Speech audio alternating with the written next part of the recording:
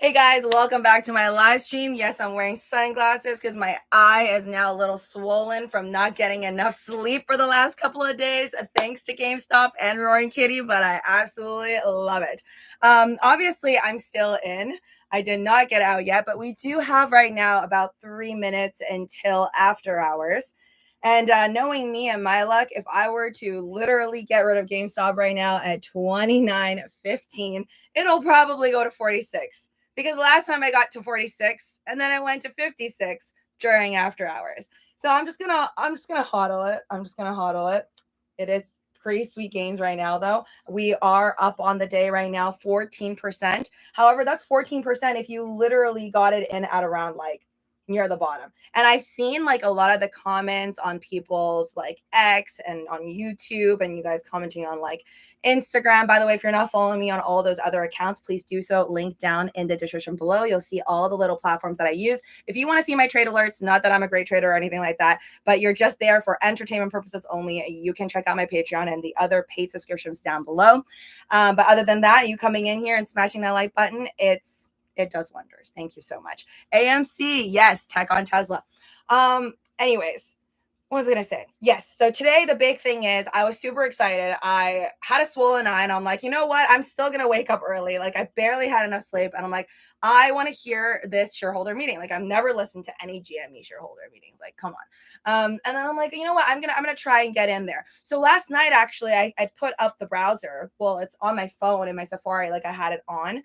And I put in like all the info. I got in there and it was just like waiting. But then today when I went into that browser, it's just straight up wouldn't load at all. It was just completely blank. And then I kept trying to load it over and over again until I saw a phone number pop up. And I posted this on my X. So if you're not following me on Twitter, please do so. This is my page. It is just Living with Lucy, LUCI. Go ahead and follow me on X if you're not already. Sometimes I do polls and you could just give your input on that. I actually, by the way, not mad at Elon Musk or anything, but I don't get the whole not showing people the like situation. Like apparently X from now on, like you can't see people's likes, which is something that I love doing because I purposely made sure I liked stuff so that I could see what I liked and then go back into it and talk about it on my streams easier. It's kind of like a little collective portfolio without actually putting it into like a bookmark. But I guess whatever. Now I just have to put into bookmarks. Anyways, so at one point it did load and it showed like a phone number. This is the extent of my desperateness as a GME holder, okay? And I feel like if I'm doing this, there has to be other people. So anyways, it wouldn't load, right? Like for the shareholder meeting. And I kept trying to get in until at this point, like at least this number popped up. And I'm like, okay, I'm just gonna call it. I called it. I actually waited like nearly 15 to 20 minutes basically. Yeah, I waited 15 to 20 minutes to talk to some dude who works for, I guess, this on the top it says apps.computershare.com. I guess that's what they chose to use over there at GME. Ryan Cohen, I don't think you'll ever watch this, but like, why, dude? If Roaring Kitty's stream could handle 600,000 people, that is the level you need in order to do your, I don't know, your meeting, your shareholder meeting. I don't know the rules with shareholder meetings, and maybe like you can't do a live stream to do a shareholder meeting. Or maybe just if you don't want to physically be there, like an audio live stream, I don't know, or do it on X, somewhere that you can handle the volume. But somehow they couldn't handle the volume over here at apps.computershare.com. And then when I called, some guy who obviously, like, I don't think has anything to do with GME, I was like, I can't get into the GME shareholders meeting. I want to get in there. How can you help me with that? And then he's like, yeah, sorry, there just seems to be too much volume. There's just too many people like trying to get into that call right now. And I'm like, okay, what do I do? And he's like, well, just keep trying. Just keep trying. And I'm like, but did it start? Like, I'm like, it started, right? Like it's supposed to start at like 10, what is it? Like 10 Central Time or something like that, whatever. It's supposed to be 8 a.m. PST for me, Pacific Standard Time. And then he was like, yeah, it already started, but like, you know, you just got to keep trying. So then I just had like this feeling like, oh, it's on, but like I'm not on there, but maybe other people are on there. And then I go and I look on X and I see like all these YouTubers stating that they're live streaming it, and there's no live stream. So I think it didn't actually occur. Or if it did occur, apparently it got cut off because now when I'm looking at it, okay, GameStop's right now at 28.82. So right now, all the news is saying GameStop, like Benzinga says, GameStop reschedules annual shareholder meeting after server crashes from high interest. What investors should know, or GameStop shareholders meeting adjourn after technical difficulties. I don't know if this is like what they already knew was going to go down, though. Like, you guys let me know what you think. But I think they should have known that whatever this little app thing or whatever web browser they chose to use, this server, it clearly is not as good as, I guess, Roaring Kitty using YouTube live stream. And I feel like they really need to rethink the next time they do it, because if they couldn't handle it last time, will they be able to handle it next time? And then also the other question is, when is their next shareholder meeting? Do you guys know when that is? If you do, let me know down in the comment section below, because I don't know when the next shareholder meeting is. But I think that will play a huge role as to just how long this whole thing goes on for. To be honest, I really didn't think that this whole thing was going to even go on for as long as it's most likely going to go on. Because right now, the other date, like, it was supposed to be the shareholder meeting. It was supposed to be originally, I guess, June 11th, right? Which was like on Tuesday. Right now it's June 13th. So yeah, June 11th was the date that we were supposed to get the earnings call. And I thought that's when we're going to hear stuff from like Ryan Cohen and whatnot. And that didn't happen. And then now the special date is supposed to be when those call options expire from Roaring Kitty, aka Keith Gill, which is supposed to be next Friday. But then now there's all this speculation. And again, just purely speculation. Nobody knows what's going on at all. There's no way to be like, oh yeah, that's him. Those are all his call options. For sure, it's him selling it, which is like, I think a lot of people right now, I don't know, that think they're more intelligent than everybody else on the internet, are making it seem like it's a fact. Like, it's a fact that for sure it is Roaring Kitty, and that he sold about, like, so I think he has, what is it? Is it 120,000 call options or something like that? I think people are saying that he sold like about 15 or like under 50,000 basically. But I already told you guys that I think it's going to be hard for him to sell, not according to me, but according to these option strategists and these experts on the news that are talking about GME and saying, like, basically Keith Gill, it'll be hard for him to sell off all of those call options. It's just not that much demand. I mean, he could break it apart. So now a lot of people believe that he broke it apart and he's selling, like, I don't know, 15,000 here and 5,000 there or something like that. You can apparently find all of this. I'm not good enough to like go and look deep into exactly which one is him, or believe that I know which one is him or it is him. It could be him. It may not be him. But basically the idea is that people are saying, even though he, most likely cannot get rid of all the 120,000 call options, he can maybe break it down and sell some, and then use the money that he gets from selling those, right? Especially if GME right now is at like 28 something. And I think he just needs GME to be above, like, I think around 25-ish, or probably around 26, in order for him to actually make money, since you have to pay about, it's not free. It's not like, oh, you just $20 call option, and he has about $120,000, which would cost like over $200 million to actually buy it. But then you got to pay amount of money on top of every single share for those. And I think that's around $5 or something like that he paid. So yeah, he could potentially like sell it, make money if he were selling it in the money at the time. And then after he takes the money, he can go ahead and actually execute the rest of the options that are left. That is the idea. But he didn't update his portfolio, so I'll only believe it when I see it from the actual Reddit account that he claims to be his. So, and that's what I will wait for. But it's just crazy. And there's a lot of people like, sorry, I'm like literally eating my breakfast. Eating my breakfast. I have to do a face mask, so this will be like a short one, and I will be back. Got some chopsticks and an egg. Hi there, Dream Tanks TV. Welcome to the stream. By the way, all of you guys, I love you all so much. Thank you so much for supporting me. Those of you that have, been watching my videos on the internet since 2021, when there's the whole Doge situation going on, this is like literally me going back to square one, because what actually happened was in 2021, I was there. I was buying, I was looking at the volume. I was the one with my buy button literally stopped, and I was using Robinhood, and I'm still using Robinhood right now, so no shade to them. But that was 2021, and I got AMC at the time too. So I got AMC first, then I hopped on the GME bandwagon, but that's really because like Wall Street Bets. I had AMC just because I just liked AMC. I liked the stock. And I ended up getting a little bit burned on both of those. Ended up losing like a lot of money.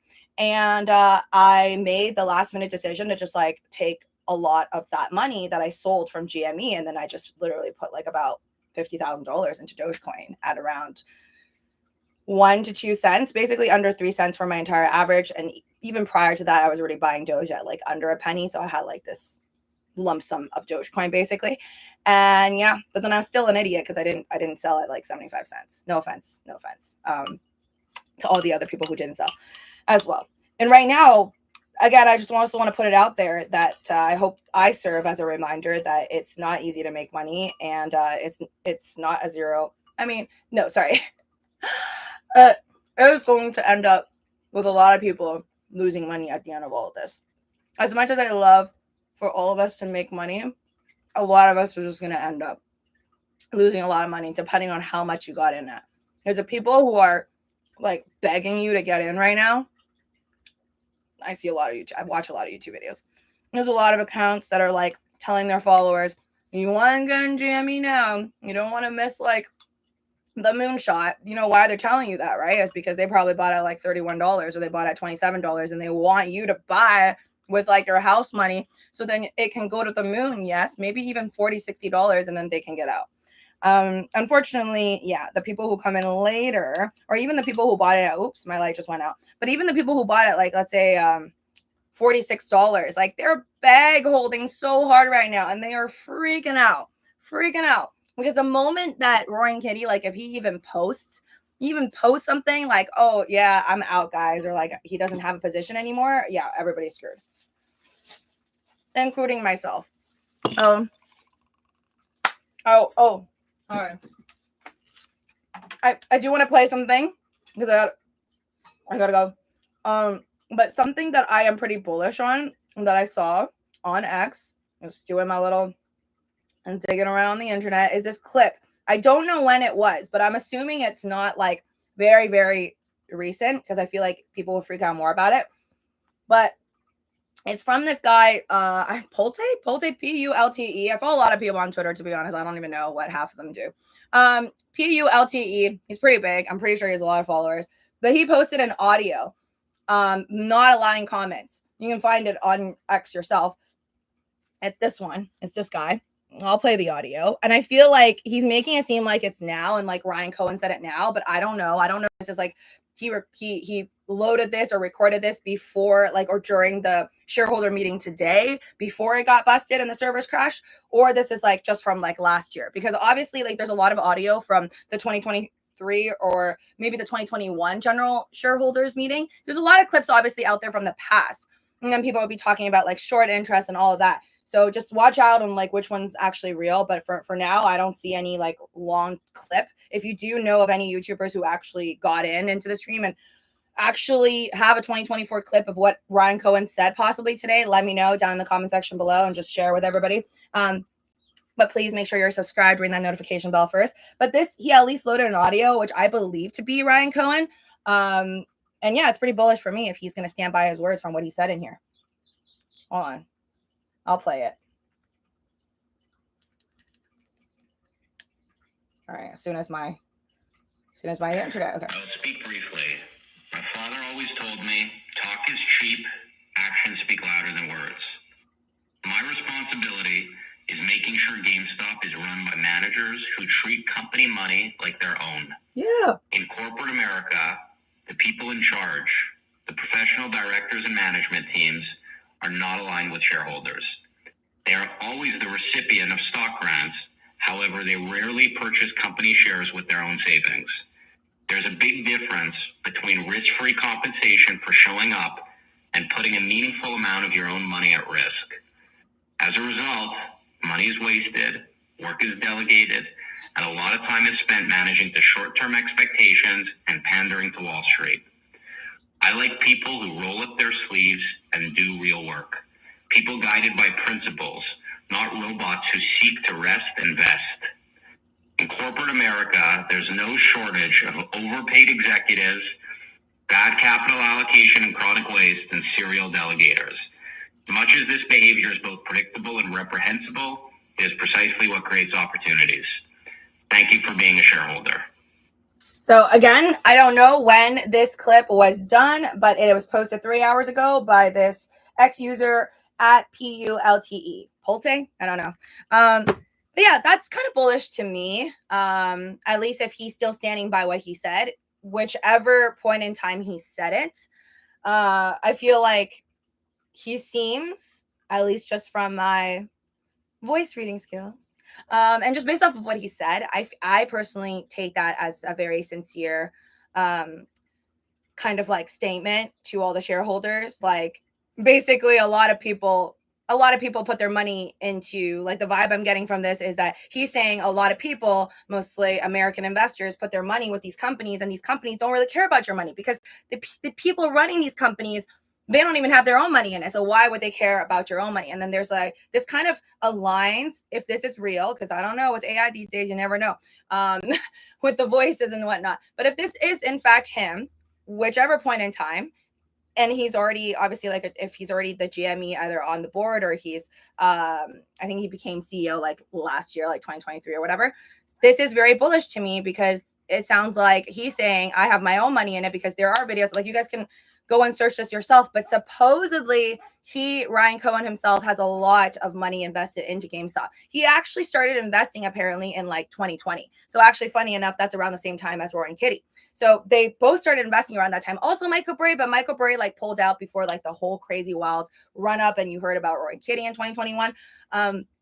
But anyways, it's funny that if you think about the timeline, it's like, okay, Ryan Cohen, Roaring Kitty, they all knew about the potential and the high, crazy short interest in GameStop. And like Ryan Cohen bought a bunch of stocks. And then he eventually, I think the year after, I think it was either 2021 or 2022, he got into the board of GME and he became the chairman. I think he was the chair. But then now he's like the CEO as of like 2023. So he's like making his way up. And I feel like if you look at Roaring Kitty's original thesis, and he kind of like believed in Ryan Cohen like back in like even 2020, and still now, I guess, this day 2024, I don't know how much he likes him, but he's still kind of saying like, oh, I believe he'll do the right thing. It's just kind of like, I'm bullish on Ryan Cohen. I'm sure he has other theses too, maybe he just doesn't want to share it on the live streams for other reasons. But either way, I'm pretty bullish about this, as long as Ryan Cohen just kind of like sticks to his word. Who knows?